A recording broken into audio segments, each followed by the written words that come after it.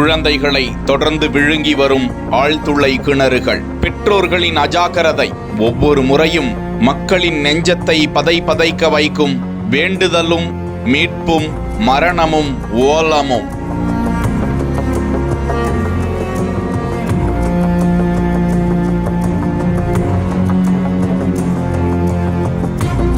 மத்திய பிரதேசத்தில் கடுமையான போராட்டத்திற்கு பிறகும் மீட்டு வெளியே கொண்டு வந்தும் குழந்தை உயிரிழந்த அதிர்ச்சி.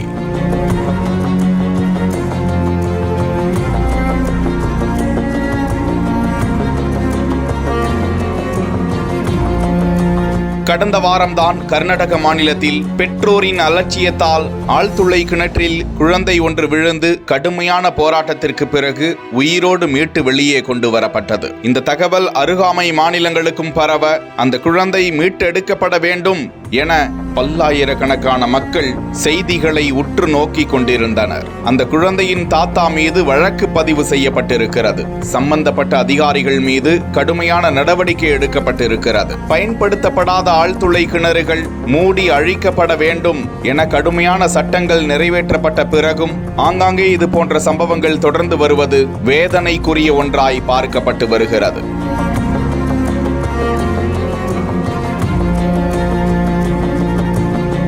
இந்த நிலையில்தான் மீண்டும் ஒரு சம்பவமாக மத்திய பிரதேசத்தின் ரேவா பகுதியில் சுமார் 70 அடி ஆழமுள்ள திறந்தவெளி ஆழ்துளை கிணறுக்குள் தவறி விழுந்துவிட்ட 6 வயது சிறுவன் உயிரிழந்த சம்பவம் நாடு முழுவதும் அதிர்ச்சியை ஏற்படுத்தி இருக்கிறது.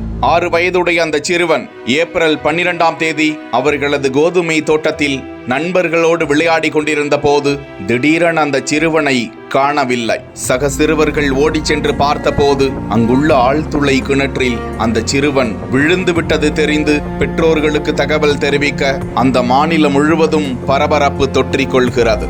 சம்பவ இடத்தில் மாவட்ட நிர்வாகம், பேரிடர் மீட்பு குழு, மருத்துவ குழு, அந்த குழாய்க்குள் ஆக்சிஜன் அனுப்பப்படுவது என தொடர்ந்து 45 மணி நேரத்திற்கு மேலாக கடுமையான போராட்டம்.